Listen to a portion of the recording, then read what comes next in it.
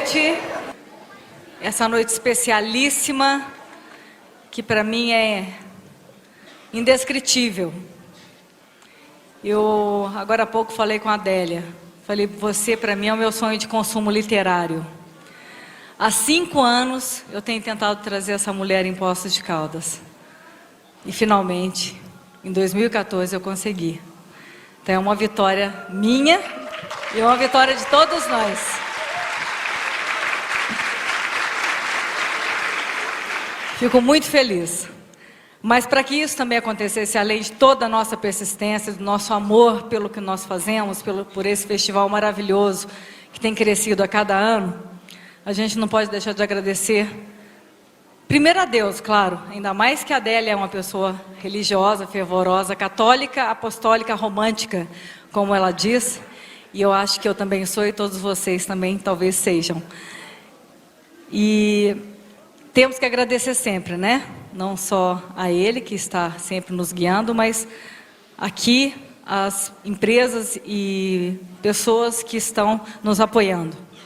Quero agradecer com muita gratidão ao Grupo DME, à Prefeitura de Poços de Caldas, a Petrobras, a Cerâmica Tony, a Bourbon Coffees, a Climep Total, a Votorantim Metais, a Gasmig, a EPTV, a Unifeob, a Circulare, ao Sesc Minas, ao Senac Minas, as entidades ligadas ao mundo do livro, como o Ministério da Cultura, a Câmara Brasileira do Livro, a Câmara Mineira do Livro, a Fundação Biblioteca Nacional, o Instituto Pro Livro, o Circuito Nacional das Feiras de Livro, a Associação Nacional das Livrarias, a Bienal Internacional do Livro de São Paulo, as Secretarias de Turismo, Educação e Divisão de Cultura aqui do nosso município, ao Poços Convention Visitors Bureau, aos hotéis e restaurantes conveniados, que nos deram um apoio especial, e também a toda a mídia, a imprensa, aos veículos de comunicação de Poços, da região, do Brasil, pela valiosa contribuição na divulgação, sem os quais não seria possível que o Brasil todo hoje soubesse da importância do Festival Literário de Poços de Caldas. Então, quero agradecer com uma gratidão muito especial aos nossos colegas, né, da área de comunicação, que tão arduamente aí estiveram com a gente ao longo desses meses, nos apoiando e divulgando esse evento fantástico, maravilhoso em Poços de Caldas.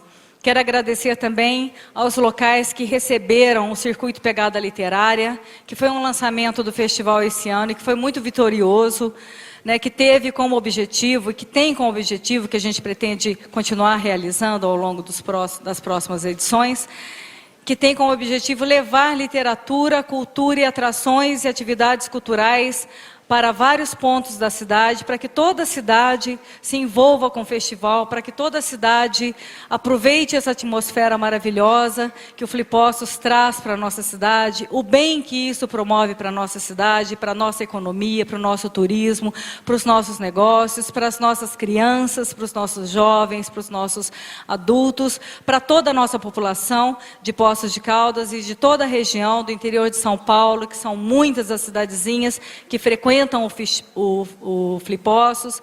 São em torno de 100 cidades, pelo que a gente tem levantado nesses anos, né, que frequentam Poços de Caldas. Hoje, Poços é um polo cultural, literário muito importante dentro do estado de Minas Gerais. E para a gente é um motivo de muita satisfação, muito orgulho. Quero agradecer ao Café Concerto, ao Estúdio 1.3, ao IMS, a Casa da Cultura, ao CRAS da Zona Oeste, da Zona Sul, ao Doce da Roça, à Escola Parque das Nações, ao New York Pub, à Biblioteca Centenário, os ônibus da Circulare, que receberam aí atividades ao longo desses 9 dias. Estamos chegando ao final, né? Hoje é o penúltimo dia, amanhã ainda vão acontecer atividades muito interessantes aqui no nosso festival, mas hoje é o grande finale, pelo menos dentro da nossa concepção da literatura, literatura universal, da literatura contemporânea, da literatura brasileira, que é a história da nossa gente, do nosso povo.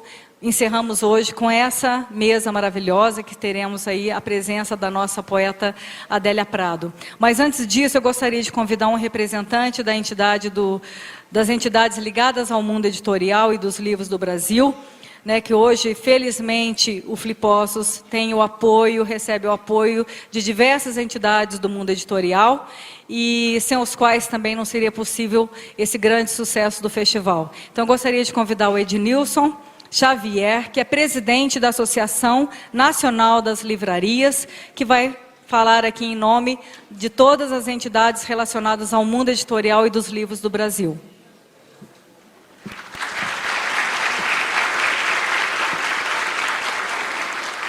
Boa noite a todos. Para a Associação Nacional de Livrarias, juntamente representando as outras entidades do livro, como a Câmara Brasileira do Livro, a Câmara Mineira, para a gente é um motivo de muito orgulho em estar apoiando mais uma Flipossos. Para a gente, da associação, eu tive o prazer de visitar, estou aqui desde sexta-feira, e tive o prazer de visitar os estandes. A cada ano, a Flipossos ganha em qualidade. Quero parabenizar a Gisele pelo seu trabalho incansável.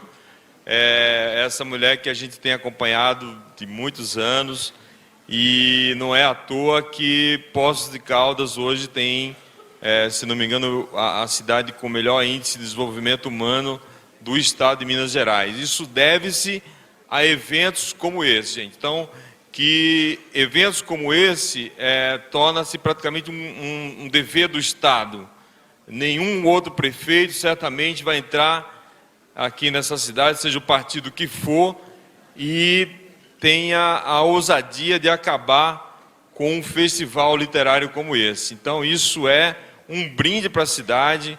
Vocês estão de parabéns, e vocês, população, principalmente da cidade de Poços de Caldas, são os responsáveis por manter esse brilhante evento. Então, a Associação Nacional de Livrarias se sente muito honrada, e a gente torce para que esse evento se torne cada vez mais brilhante, como ele já é. Muito obrigado.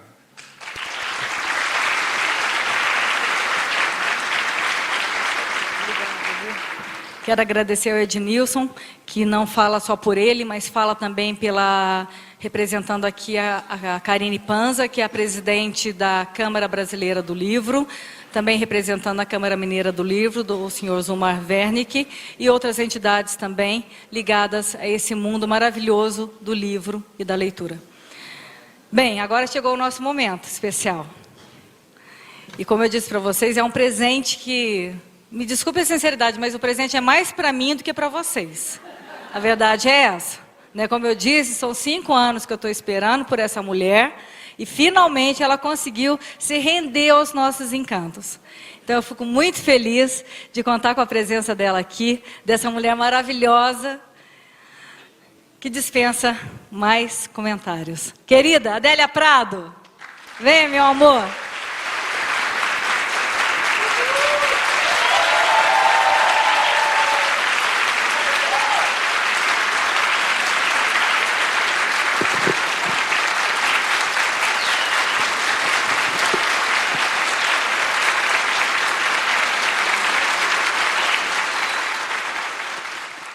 Para brilhantar essa discussão, né, eu tomei a liberdade de convidar também uma pessoa, lógico, com consentimento da nossa querida Adélia Prado, que é o jornalista, inclusive curador da Flip de Paraty esse ano, em 2014, o amigo Paulo Wernicke. Obrigado, Gisele, pelo convite, e obrigado ao público por estar aqui, e à Adélia por estar aqui, me concedendo a sua companhia e a sua conversa. Vendo aqui esse público, a gente pode ter certeza de que o Brasil não é um país que deixou de ler poesia e que não deixou de se importar com seus grandes escritores. Eu não preciso dizer que a Adélia é a nossa grande poeta, é a nossa dose de poesia no Brasil contemporâneo hoje. Ela tem uma boa dose do que a Adélia escreveu, do que ela tem escrito e do que ela tem falado. A Adélia acaba de lançar esse livro, Miserere, que ela vai estar autografando no final, então estão todos convidados a recolher o seu autógrafo. Fora isso, temos outros livros da Adélia também aqui na Flipossos, CD também, com ela lendo os seus textos.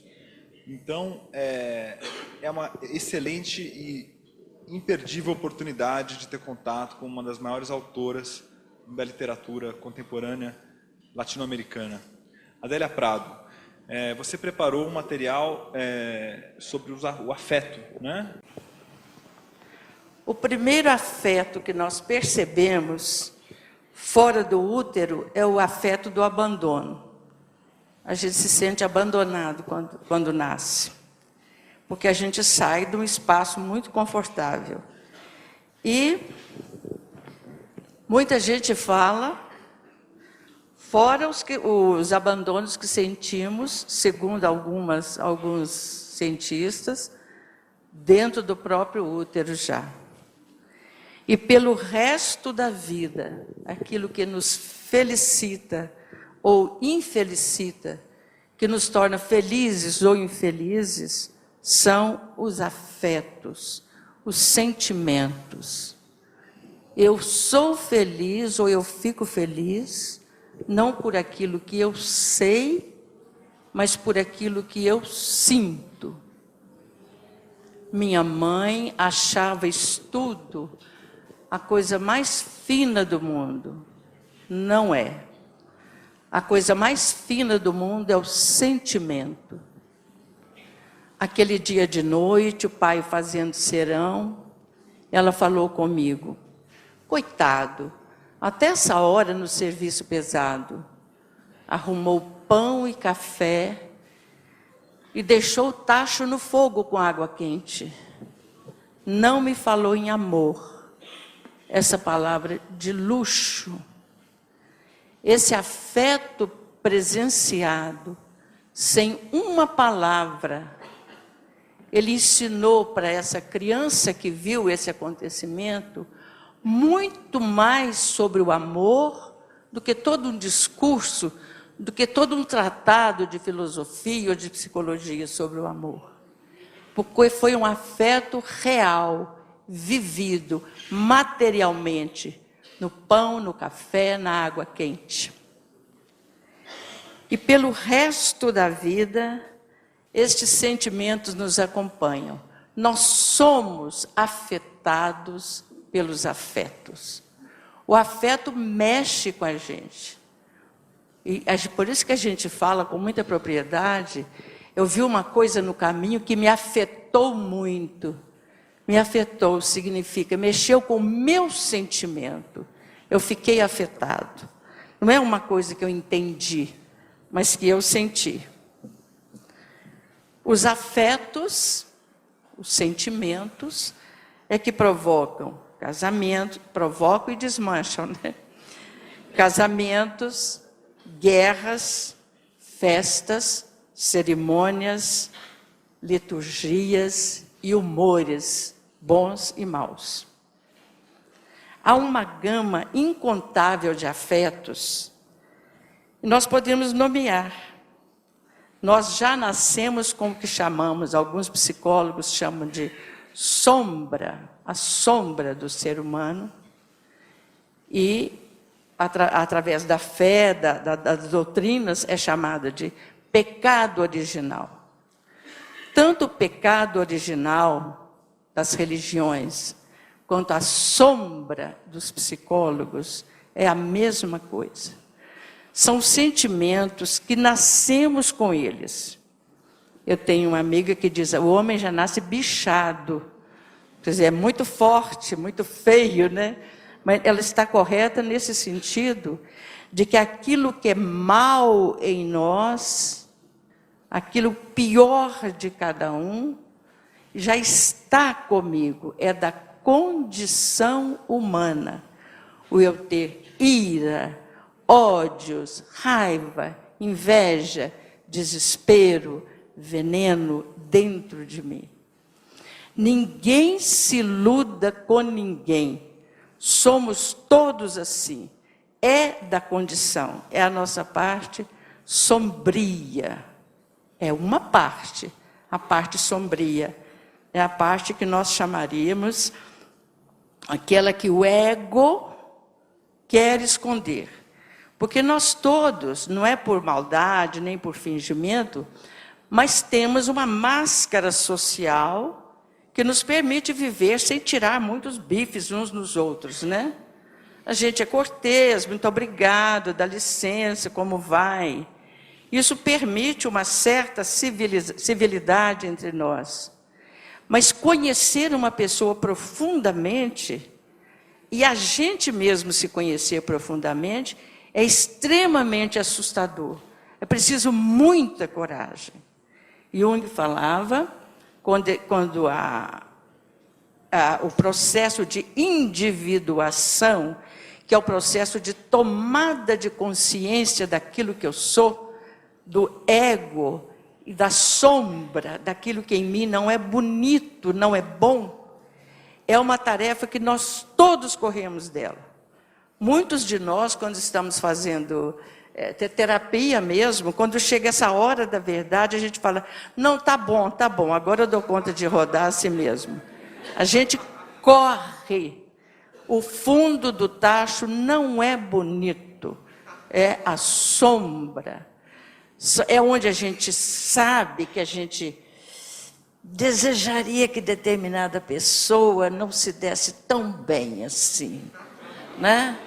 Onde a inveja, que é a palavra é horrível como uma serpente, mas a inveja, o ódio, a frustração, tudo aquilo que é amargo, que é venenoso e que não aparece nos salões.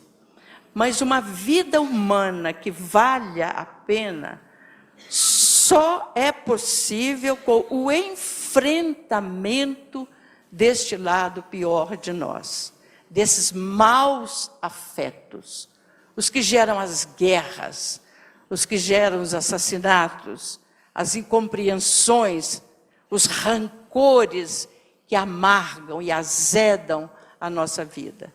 É só com o enfrentamento disso e com a aceitação, porque é muito difícil aceitar isso, mas sem essa aceitação daquilo que eu sou de fato, quando eu fecho a porta e fico sozinha no meu quarto, não dá para ser feliz.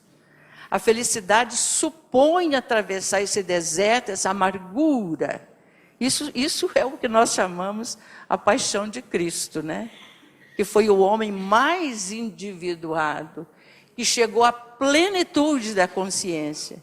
E nós nascemos para isso, para tomar consciência de nós mesmos, senão a gente não dá conta de se amar.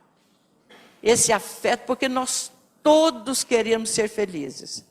Essa pergunta, se fizer essa pergunta, a resposta é universal. O que você quer? Eu quero ser feliz.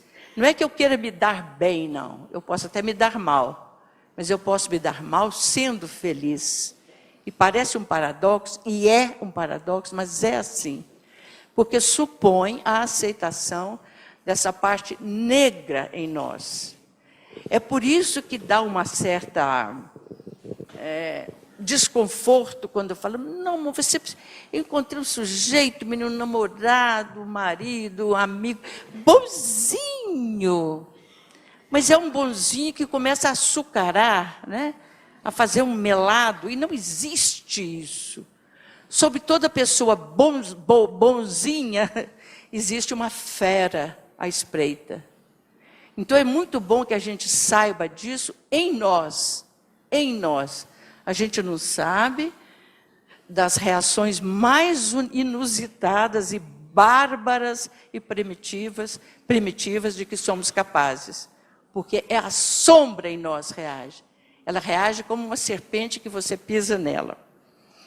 Então, nascemos com o que chamamos, do ponto de vista religioso, o pecado original, do ponto de vista psicológico, uma coisa não exclui a outra, são linguagens diferentes.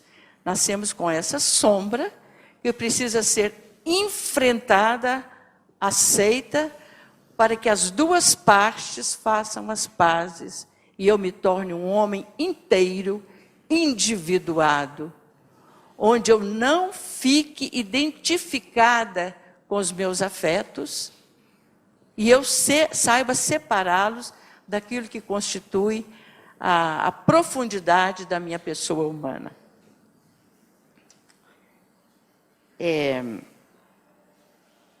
Nascer, então, é ser convocado para a guerra.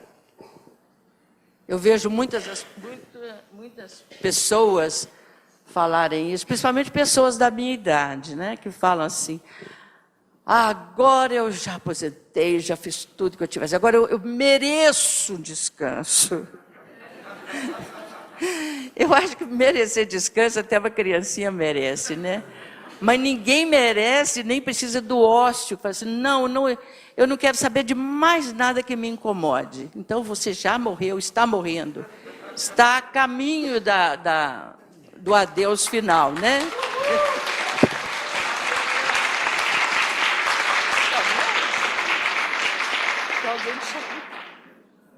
Vocês gostaram da morte, né? Mas eu acho que é uma atitude derrotista, e não apenas derrotista, mas egoísta demais. Porque a maravilha que é o mundo não é o meu trabalho, a minha cozinha, o meu isso, o meu aquilo que eu já fiz, igual eu mereço descanso, não. O mundo é esse planeta novo que apareceu agora, eles acabaram de fotografar a luz do Big Bang, gente. Vocês já imaginaram o que é isso? Eu não dou conta de imaginar. Eu estou repetindo igual um papagaio, espantadíssima com o fato de que é possível fotografar a luz de milhões e milhões de anos atrás. O ruído da radiação de fundo, da explosão do primeiro elemento que se transformou no cosmos. Um mundo desse eu vou descansar? Não é possível, é pouca imaginação demais, né? Eu preciso de toda a minha energia, porque eu não esgoto nada, eu não esgoto o marido que está comigo há 60, 70 anos, porque eu não conheço em profundidade quem é ele, quem é essa pessoa, quem é meu filho, eu não sei quem é. E já estou desanimando cedo, agora eu quero descanso. Parece o Tim Maia, né? Eu quero sossego. Nós todos necessitamos de descanso, mas não é esse tipo de descanso. Essa energia deve ser preservada, porque dizem que o ego, as más línguas falam, e as péssimas repetem, né? Que o ego morre 15 minutos depois da gente. Né? Eu morro e o ego ainda morre depois. Né? O meu ego morre depois de mim. Tal é a energia egóica, o orgulho humano, que quer ser maior do que a vida, do que a doença, do que a velhice, do que a morte. Por quê? Porque, no fundo, nós queremos a eternidade. Eu quero a eternidade, eu quero ser amado. Essa sensação de abandono e de exílio, todo mundo tem dentro de si. Você pode falar com qualquer pessoa, mas você é carente, hein? Porque é mesmo. A gente fala brincando, mas que carência, mas que miséria. Uma gripe torna a gente mais miserável ainda, não é verdade? Já viram coisa mais miserável? A rainha da Inglaterra gripada. Né? É uma coisa terrível. Mas é o quê? É o limite da nossa condição humana. O limite, são limites. E aceitar isso é um convite à santidade. Porque é muito difícil. Como, em matéria de afetos, as pessoas extremamente orgulhosas não dão conta e não suportam a arte nem a poesia. Porque tudo que demanda sentimento, o orgulhoso quer controlar. Ninguém conhece pessoa controladora, não? O controle é exatamente isso. Eu sou maior, eu mando em mim. Vocês já viram criança, quando briga com os pais, que fala assim, eu não pedi para nascer, adolescente, né? Mas o pai também não pediu, não, nem a mãe, nem o avô. Nós chegamos em Adão com isso, com essa pergunta. Então, é da condição o sofrimento adolescente, o sofrimento do adulto, o sofrimento do idoso. É da condição. A psicologia que atende, falando que vai tirar o sofrimento, pode encerrar a sessão e procurar outro. Não tira.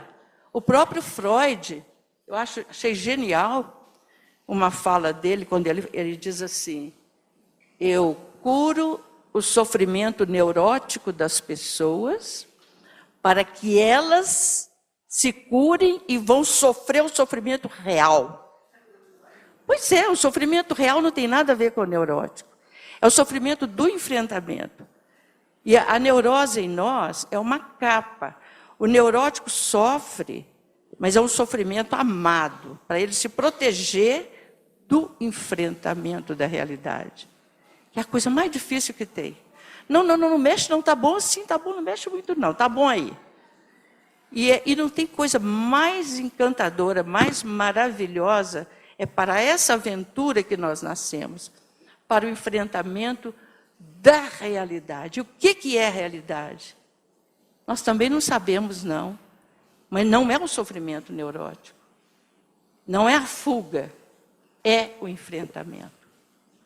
E o enfrentamento começa daí. Não é nenhuma coisa heróica lá que matou o dragão. É o dragão interno. Este é o verdadeiro heroísmo. É o heroísmo de toda manhã se levantar e saber que tem que atender às exigências de um corpo mortal, que precisa comer, que tem um metabolismo, que às vezes é constrangedor viver o próprio corpo. Aceitar isso é santificação, não tem outro nome. Porque é dizer sim para Deus. É dizer sim para Deus. Quer dizer, eu fui feito assim, alguém é culpado.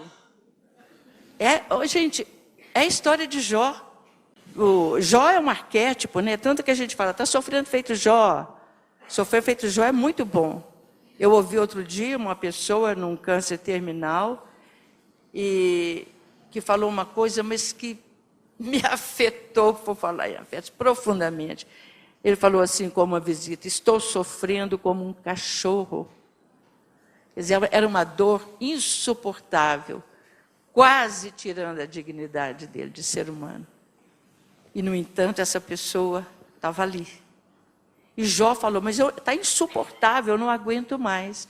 E se você ler a história de Jó, no final, ele fala com Deus assim, é muito interessante essa lenda de Jó. Ele fala, encontrarei em vós mesmo alguém que me defenda de vós. Fala com Deus, eu encontro em vós alguém que me defenda de vós.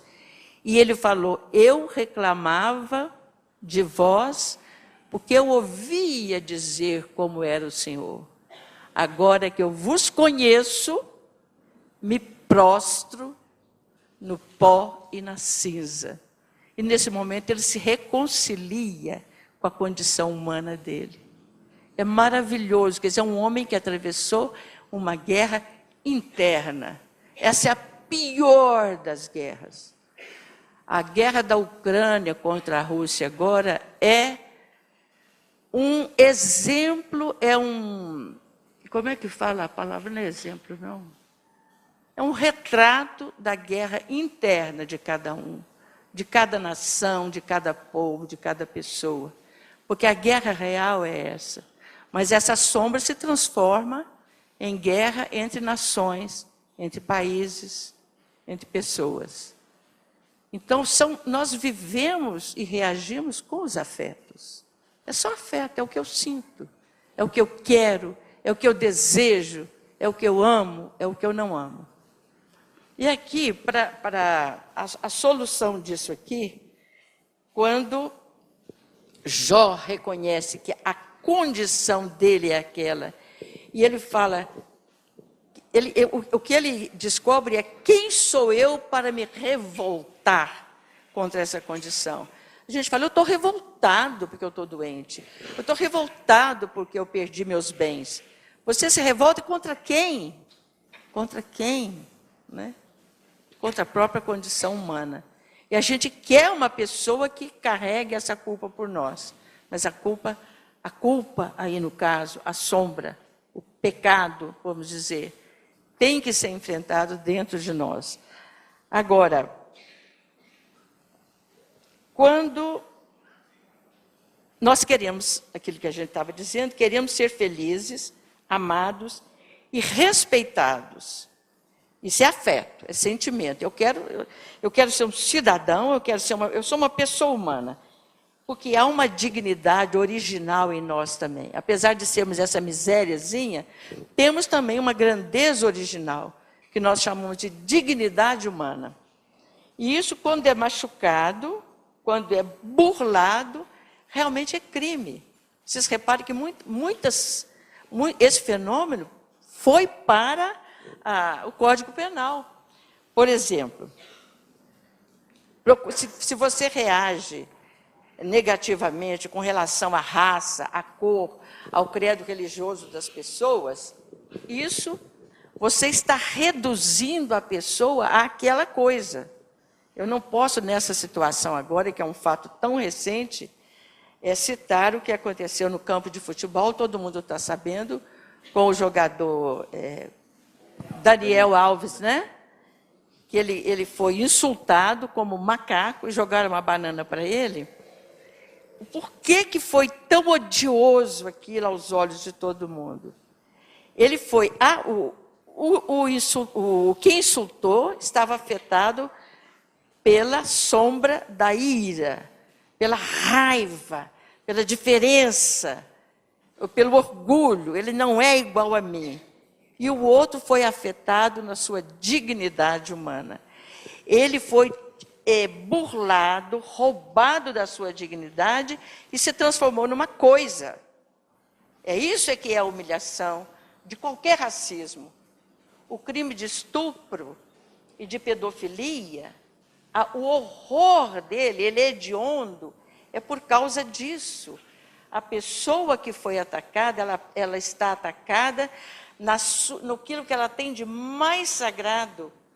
É roubada dessa pessoa a intimidade dela. Isso é crime. Isso nem em casamentos pode acontecer. Os dois têm que permanecerem pessoas. Ninguém pode se permitir uma invasão dessa, onde a pessoa é transformada em coisa. Isso não é mais o afeto edificante da pessoa humana que leva à consciência. Isso é a barbárie e é a coisificação do homem. Que a gente está vendo isso aqui com muita facilidade no Brasil hoje. Então, a atenção real para uma outra pessoa é a única coisa que a outra pessoa quer de mim. Quando eu tenho uma atenção real para a pessoa, eu não converso olhando para o relógio, ou então não olho a pessoa nos olhos, ou falo toda hora que estou sem tempo, a pessoa não se sente pessoa.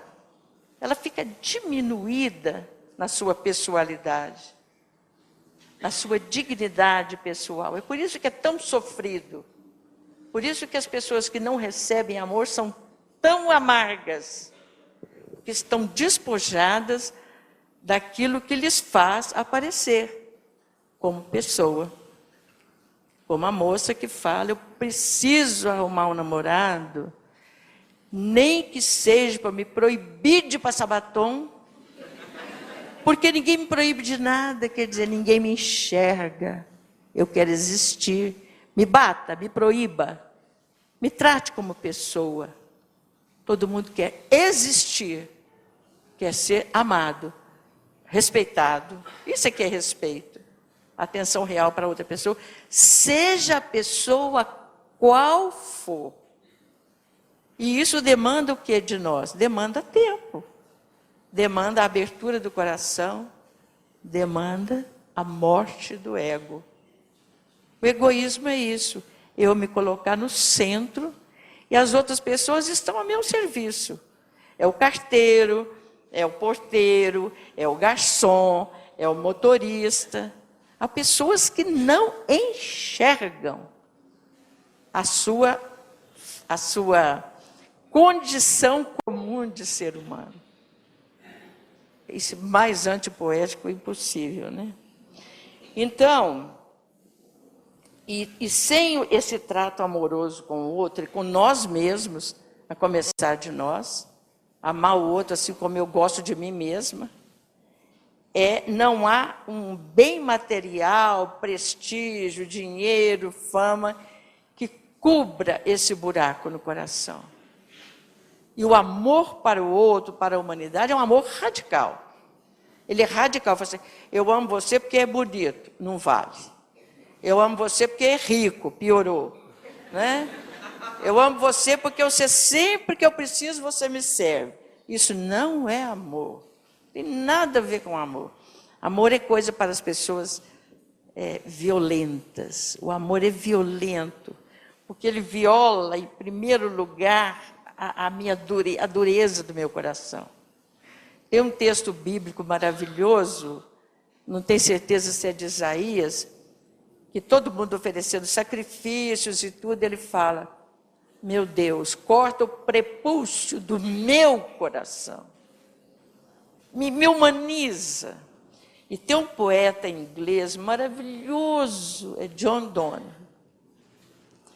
Eu queria trazer o poema para ler para nós, esqueci lá em casa. Mas eu sei o principal dele. Ele fala assim, é um poema maravilhoso, no final ele fala assim, fala com Deus, se me violentardes, serei puro. Olha, é muito louco isso, né? Quer dizer, o amor de Deus, ele é tão violento, essa posse do amor divino por nós, quando a gente descobre isso, é nessa violência. Cristo falou, né? Eu vim trazer a espada e a guerra, mas é essa espada e essa guerra aqui, que corta a dureza do coração. Então, essa violência amorosa é que nos torna puros. Castidade é uma outra coisa. Humildade não é nada disso que nós estamos falando.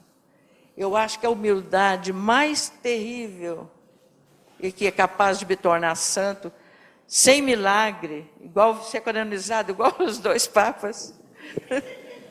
É só isso.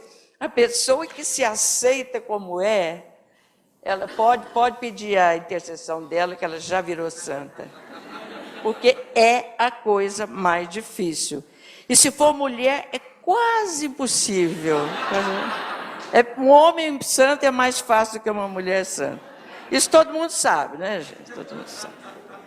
Então, essa é a tarefa da vida. Então, não tem jeito de falar, agora que eu estou muito doentinha e fiquei velha, eu quero sossego. Não pode. Não tem sossego. Não é para ter sossego. Pode ter descanso, mas esse tipo de sossego aí, não pode, não. Eu nunca tive mãe boa, eu tive um pai ausente, eu sou pobre, eu tenho uma orientação sexual fora do padrão. A pessoa fala, então é por isso que eu sou assim. Fala, meu filho, mas o que você vai fazer com isso? Viva, né? Isso é dificílimo, mas não tem outra saída. A saída é amar. E eu acho que... deixa eu ver o que eu quero aqui. A questão do amor radical, que é aquele que não espera nada de volta do outro. E eu acho amar outra pessoa, você sabe que é melhor do que ser amado? Porque o amor, o Drummond falava assim, poesia, teu perfume é a tua justificação. Você não serve para nada, é só para ser essa maravilha. É só isso. E amar outra pessoa já é tão bom que não precisa mais nada, né? Tinha um diretor de teatro lá em Belo Horizonte, muito engraçado, ele morreu há pouco tempo. Ele gostava tanto de teatro, fazia você... Tinha pouca gente no teatro, você falava com os colegas dele assim, gente, para que público? Para que... É tão bom fazer teatro, tendo ou não tendo, é mais ou menos isso aí. Quer dizer, amar é uma coisa... Isso sim Isso é o descanso do guerreiro. A alma que ama, ela já está descansada. Porque amar, você não tem que fazer nada, não, é só amar. Não é discurso, não é sermão. É uma atitude de aceitação da outra pessoa, sem crítica, sem superioridade. Amar a pessoa, com toda a sua deficiência. Agora me lembrei do que eu queria falar. Isso funciona como radiação cósmica, como o Césio 137. Lembra do Césio 137? É aquilo, só que do bem, né? Não dá câncer, não dá nada. Mas é uma radiação. Tem um livro antiquíssimo, eu estou no fim, viu, Paulo? Pelo amor de Deus. Tem um livro antiquíssimo, que é o I Ching, acho que ele é anterior à Bíblia, se não me engano. Ele fala o seguinte, que há pessoas praticamente indomáveis.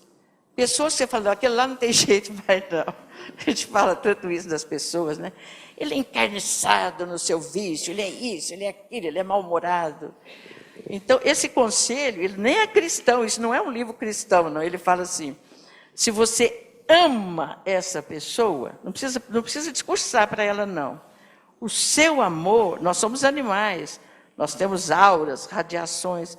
A radiação do seu amor toca o inconsciente dessa pessoa.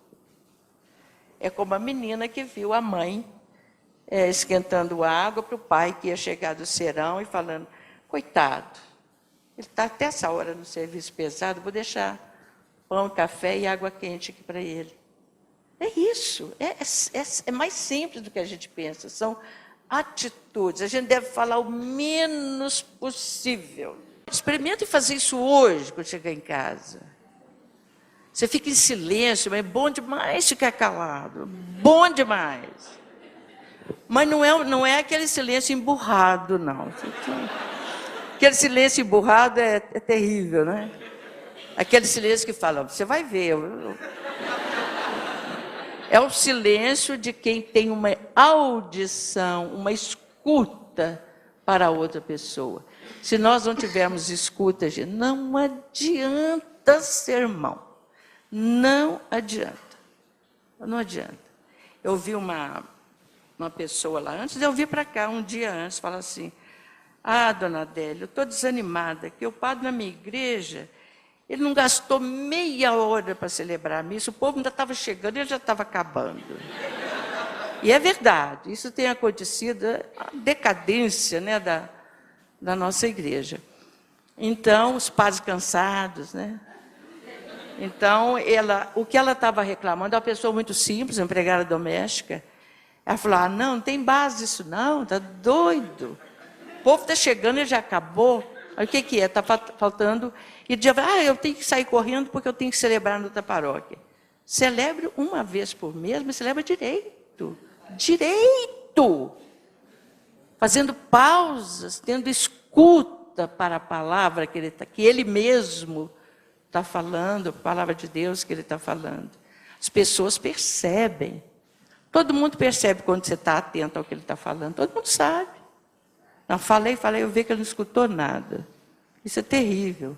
E às vezes é difícil ouvir a outra pessoa. Mas isso é o puro amor. Isso é o puro amor. Isso é afeto. Isso você dá para qualquer pessoa na rua. Qualquer pessoa na rua. E principalmente para os que estão dentro de casa. É possível você viver anos com uma pessoa, com seu filho, seu marido, seu pai, sua mãe, sem conhecê-los minimamente. Sem conhecer os filhos, porque não há escuta, atenção real. Quem é essa pessoa aqui? Os filhos são tão estranhos às vezes, são diferentes de você. Mas a gente está autocentrada, fazendo tudo direitinho. Pôs a escola, pôs na aula de inglês, pôs na aula de balé, e dei catecismo, fui à missa com ele. Não é isso, não é isso. É outra coisa. É uma nova atitude, um novo olhar. Esse afeto, sim, esse tem radiação, é esse que toca o coração e que modifica a outra pessoa, porque está me modificando a mim mesmo. O esforço que eu tenho que fazer depois vira uma segunda natureza em mim. E eu só fico feliz se eu amar e ficar mais calada, né?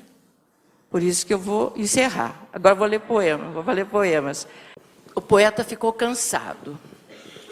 Pois não quero mais ser teu arauto, já que todos têm voz, por que só eu devo tomar navios de rota que não escolhi?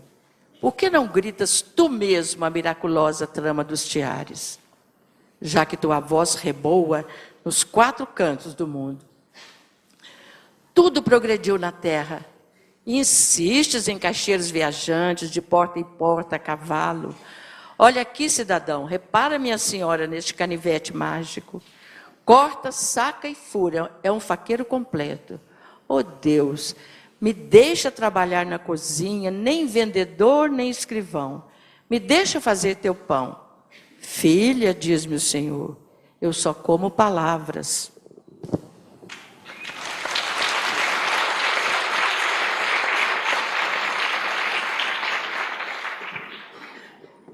Se ficar muito, você me ajuda. Por favor, fique à vontade. Nossa Senhora da Conceição, tenho 10 anos e caminho de volta à minha casa. Venho da escola, da igreja, da casa de Helena Reis, não sei. Mas piso, é certo, sobre uma trilha de areia, pensando, eu vou ser artista. Eu tenho um vestido, um sapato e uma visão que eu não reconheço poética.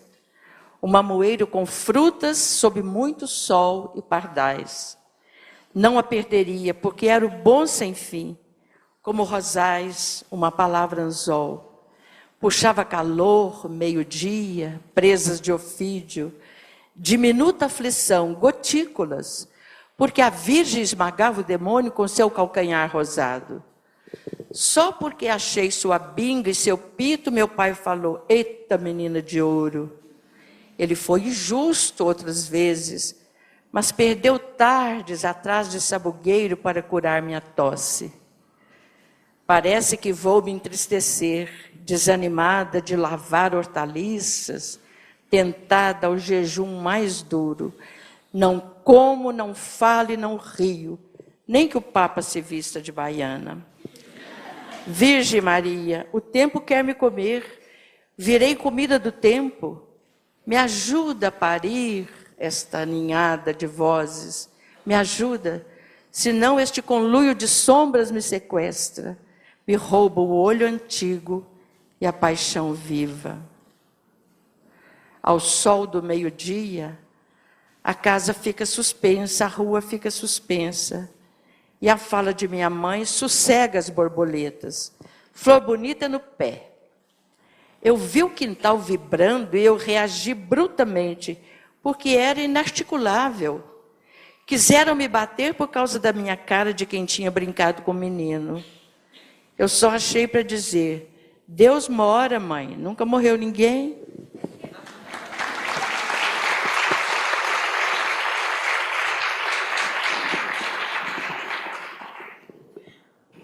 Estou com muita saudade de ter mãe. A pele vincada, os cabelos para trás, os dedos cheios de nós.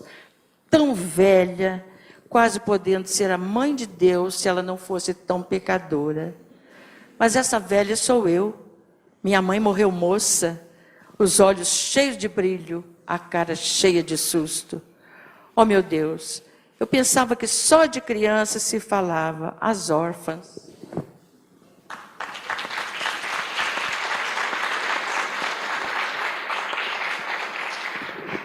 Vamos ao teatro, Maria José?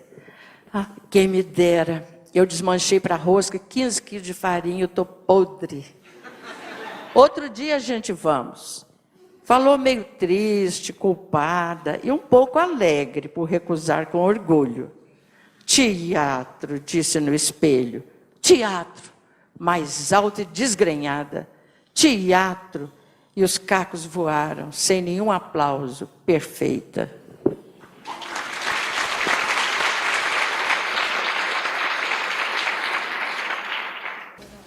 Querem ver uma mineira no psicólogo? Ela Hoje completo 1 ano que eu estou fazendo terapia. E o que você conta ao doutor? Que eu tenho medo panifóbico de ver minha mãe morrer. Só isso? Só. Coisa à toa, feito ficar sem comer 3 dias, porque eu vi formiga de asa, isso eu não conto mesmo. Eu só converso coisa séria. E ele é muito paciencioso. Diz que meu caso é difícil, mas tem cura com o tempo. E qualquer dia me convida para uma sessão no sítio. Você topa? Eu estou pensando, porque vai que aparece lá uma formiga de asa e eu apronto aquele escândalo. Me diz com que cara eu volto para o consultório do homem.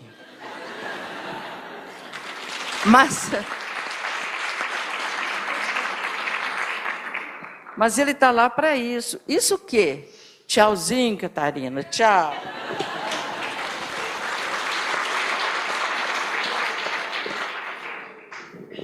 Quando ele me disse, ô linda, pareces uma rainha, fui ao cúbice do ápice, mas segurei meu desmaio. Aos 70 anos de idade, 20 de casta viuvez, quero estar bem acordada, caso ele fale outra vez.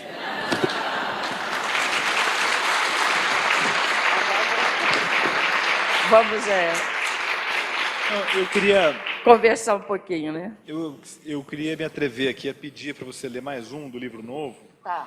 que é um que me impressionou e tem a ver com essa questão dos afetos. É um afeto inesperado que a Adélia revelou aqui para o leitor, esse poema Lápide para Steve Jobs. E eu queria que você falasse sobre isso também, o que foi, 59.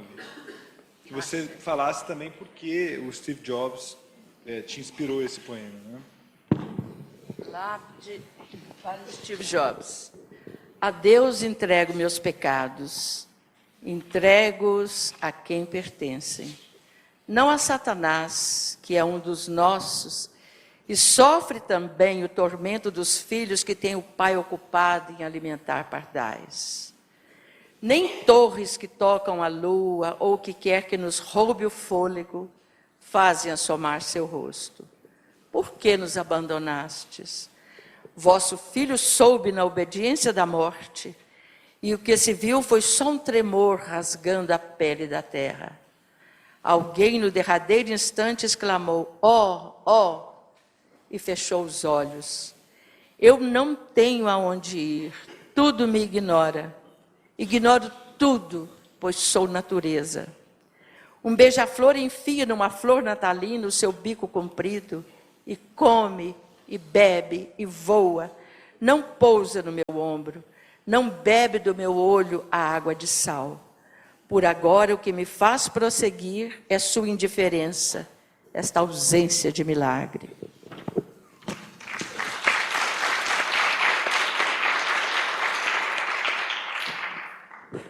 E como foi essa... Você leu a biografia dele, ou você se comoveu ao ler o noticiário? Como foi essa aproximação, esse afeto inesperado? Olha, é um afeto realmente inesperado, porque eu não lido com eletrônicos, não sei operar nem computador direito e tudo. Então não foi por aí, foi pelo lado pessoal dele. Eu fiquei muito admirada com a pessoa humana dele, sabe? E pensando assim, deve ser uma pessoa riquíssima interiormente. Era um atormentado, né? Uma pessoa atormentada, um executivo, um inventor. E simpatizei com ele, foi esse amor gratuito aí, não tem explicação. Fiquei amando o Steve Jobs, e quando ele morreu, fiquei muito triste. Muito triste. Aí fui ler a biografia, fui tentar... Depois que ele morreu, que eu conheci a biografia, e esse poema veio assim, por causa dessa... Eu não posso falar que é afinidade, que é uma pessoa tão diferente, de outros costumes, outra língua. Mas ele tinha uma vida mística também, né? Ele tinha um interesse pela vida espiritual, né? Eu acho que o próprio fato dele ter aquela exigência de perfeição nos seus aparelhos, ele tinha uma ânsia de beleza muito grande. eu fico muito impressionada. Essas pessoas, não sei se é uma anedota ou se é real, mas ficou parecendo uma anedota de Einstein, quando eu estava muito preocupado em resolver uma equação, lá de um grande problema de física, e uma coisa que demorou demais a acontecer com ele. Quando aconteceu, ele falou, é isso, eu tenho certeza que o resultado é esse. E um dos amigos dele perguntou, mas por que você tem tanta certeza? Ele falou, porque é tão bonito que só pode ser verdade. É isso mesmo. A verdade e a beleza são... verdade e beleza. Eu acho que o Steve Jobs tinha essa ânsia de beleza. Quer dizer, é uma coisa poética, né? Você vê um aparelho telefônico dele, com o desenho dele, é uma outra coisa. Achei, porque eu acho que ele queria humanizar aqueles aparelhos. Ele falava assim, olha, um aparelho não é só uma caixinha que você fala com o outro, não. Ela tem que ter beleza, ela tem que ter leveza, você tem que gostar desse objeto. Afeto, né? Um afeto pela vida da beleza. Esse é Steve Jobs. Não é esse pessoal que faz 50 camisetas quadradas em série porque vai dar lucro, não. Ele fazia uma maravilhosa. Então... Legal. E vamos falar de afetos aqui mais próximos aqui. A gente está em Poços de Caldas, Minas Gerais, e a gente sabe que tem dois grandes escritores mineiros que tiveram uma importância na sua vida.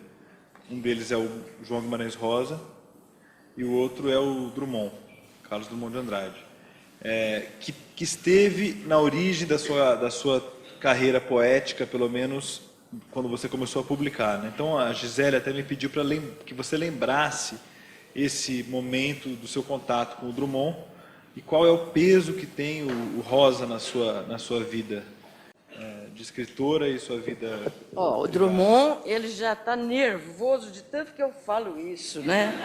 Porque, nossa senhora, mas eu vou falar com prazer de novo.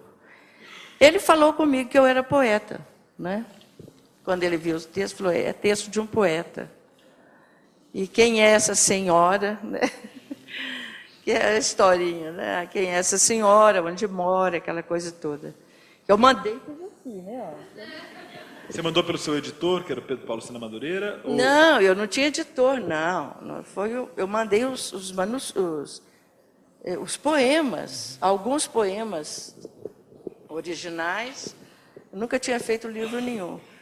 E eu mandei para um crítico, né? Que era o Afonso Romano de Santana. Ele que botou na mão do Drummond. Aí o Drummond falou com o editor, tem uns poemas aqui de uma pessoa, quero saber quem é essa pessoa. E eu queria um aval. Eu falei, será que eu sou poeta mesmo? Será que está bom? Aquela coisa assim, que toda pessoa tem, né? Ele falou, não, você é poeta mesmo. Aí eu descansei. Aí eu descansei mesmo. Eu não quero sair desse descanso de jeito nenhum. E o Guimarães? O Guimarães Rosa. Não, o Guimarães Rosa é outra história. Deixa eu ver quando que eu vi o livro dele a primeira vez. Acho que foi em 58. Eu estava recém-casada, né? E eu peguei o livro, aquele volume, sabia que o livro tinha sido um sucesso e tal, todo mundo falando de Guimarães Rosa. Eu li assim, nonada.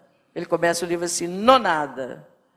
Tiros que eu vi, foi de um bezerro, tarará, tarará. Eu não dei conta de parar mais. Eu falei, o que é isso? O que é isso? O que eu estou lendo aqui?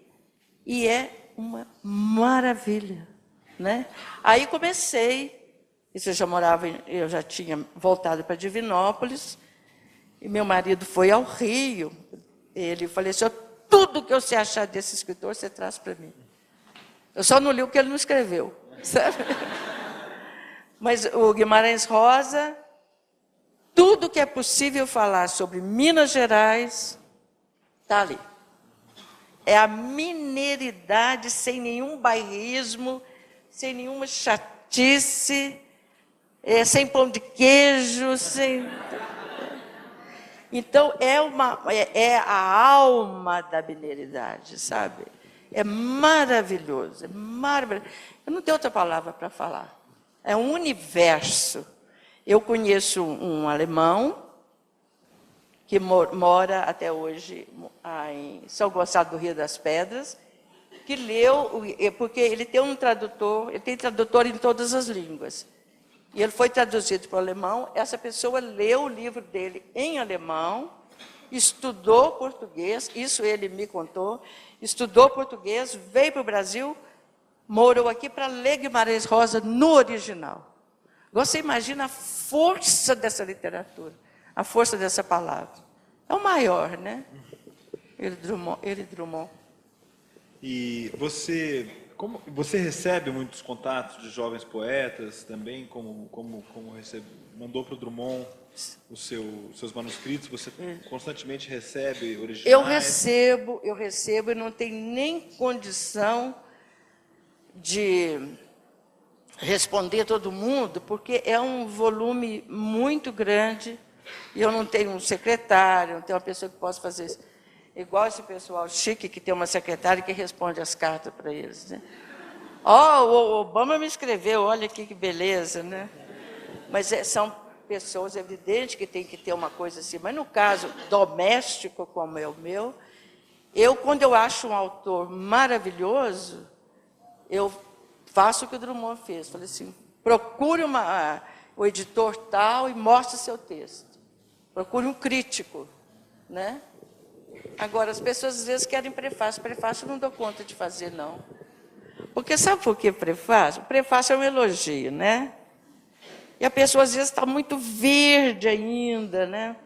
Tem que sofrer muito ainda, apanhar muito. Não sofreu nada. E que é um prefácio maravilhoso, né? Prefácio falando mal não existe. E tem livros que você não pode falar, leia porque é bom demais e tal. O livro deve sair nu como ele nasceu, né?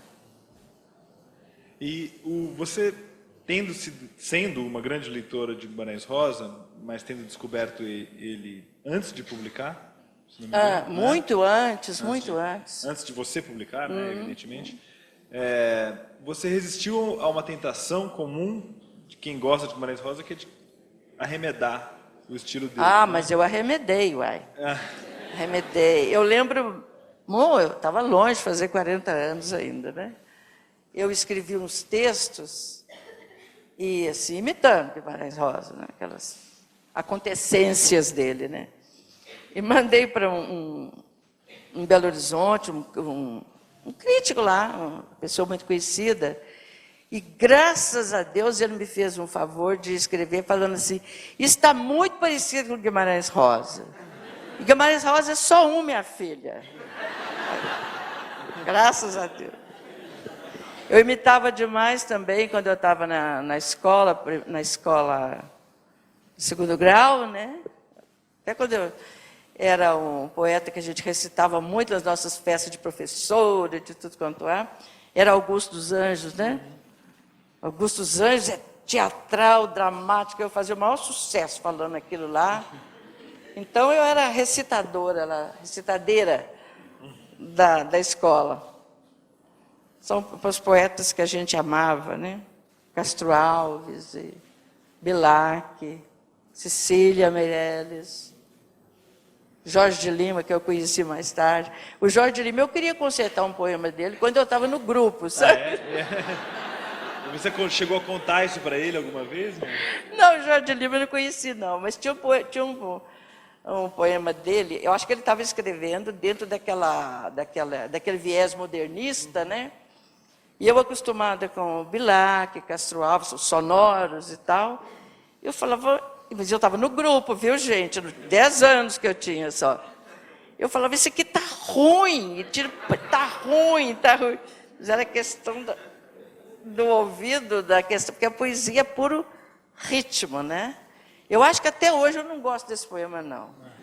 Mas depois eu conheci a obra dele, mas era um poema infantil. Então ele se permitiu quebrar o ritmo.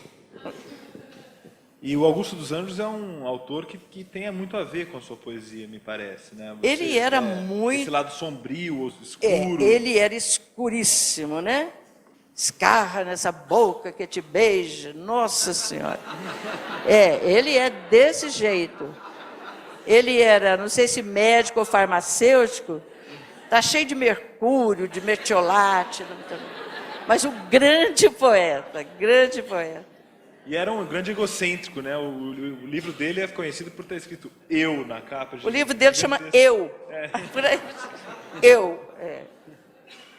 Mas é muito bom Augusto dos Anjos. Depois que você conhece a vida da pessoa, você entende bastante. Mas ele era sombrio, muito sombrio. E você, no ano que vem, tá comemorando 75 anos de idade, não é isso?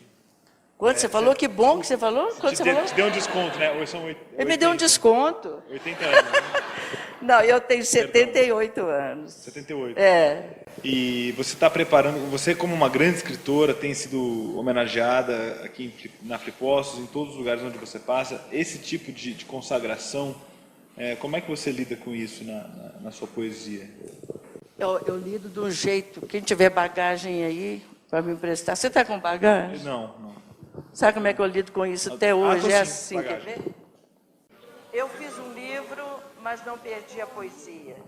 Hoje, quando me levantei para fazer café, tinha neblina, passavam os aposentados com os embrulhos de pão e persistia a necessidade dos urinóis, dos descongestionantes nasais, como antes, graças a Deus. Persiste até hoje a necessidade de pingar coisa no nariz, de comprar pão, de tá. Não me afetou em nada.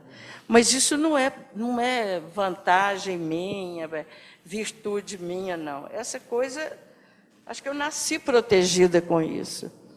Porque a condição humana é uma coisa que eu mais me lembro todo santo dia. Isso não me deixa ficar boba, sabe? De falar, ai, que fiz um livro, e daí, né? Então, graças a Deus, isso não me toca. É bom, né? Isso me descansa. O outro lado, porque ficar vigiando essas coisas e fazendo força para aquilo não acabar, isso é canseira mesmo, isso é uma grande canseira. Então, você tem que fazer e viver, sabe? E não gastar energia fora, né? Você está aqui em Poços, no bastidor você me disse que há muito tempo que não vinha à cidade. E, enfim, Divinópolis é uma cidade que é uma matriz da sua poesia também, né? Então, como segue Divinópolis na sua poesia atualmente? Você ainda está extraindo material dali? E como é que você percebe Poços nessa sua visita agora? Olha, quanto a mim, Divinópolis, eu não extraio poesia da cidade. A poesia sempre, para mim, ela é uma coisa extraída de uma cidade interna que, por acaso, é Divinópolis, né? A minha Divinópolis real é o lugar onde eu nasci ali, aquele bairro, à beira da linha. A casa onde eu nasci tem uma estrada de ferro atrás e outra na frente. A nossa casa balançava, meu pai falava, balança, mas não cai. Então, era ali, foi ali, na sucata ali do ferro velho da rede mineira, de apito de máquina e de sirene, ali as minhas primeiras experiências poéticas, que eu nem sabia que era uma experiência poética, que mais tarde eu falei, aquilo que eu estava sentindo já era poesia, você vai catalisando, né, as suas experiências e descobre que aquilo se chama poesia. Porque a cidade hoje é uma cidade com um perfil já muito comercial, sabe? Não tem a beleza de Poços de Caldas, jamais. E nem essa quietude, essa coisa, não tem mesmo. Mas toda a poesia, eu acho que ela nasce de um outro lugar na alma. Você pode nascer num campo de concentração que a poesia não é dada nem pelo assunto, nem pela sua história de vida. Não, ela é um dom capaz de formalizar a beleza, a experiência da beleza. Então, isso em qualquer lugar. Se vocês forem em Divinópolis e olhar a sucata e falar, mas o quê? Essa sucata aqui, tem poesia aqui? Tem. Mas, né, cada qual vê. É um olhar diferenciado, amoroso, afetivo, enfim. Poesia é um afeto, a arte é um afeto. É sentimento puro. Outra coisa que você falou aí? Sobre Poços. Poços é isso que eu acabei de falar, uma lindeza, né? Cidade bonita. Parece que é bom morar aqui, né? Parece que é bom demais. Beleza de cidade.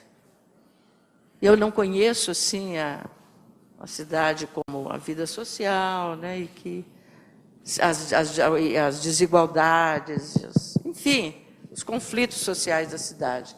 Mas a cidade como tal, esteticamente, ela é muito prazerosa.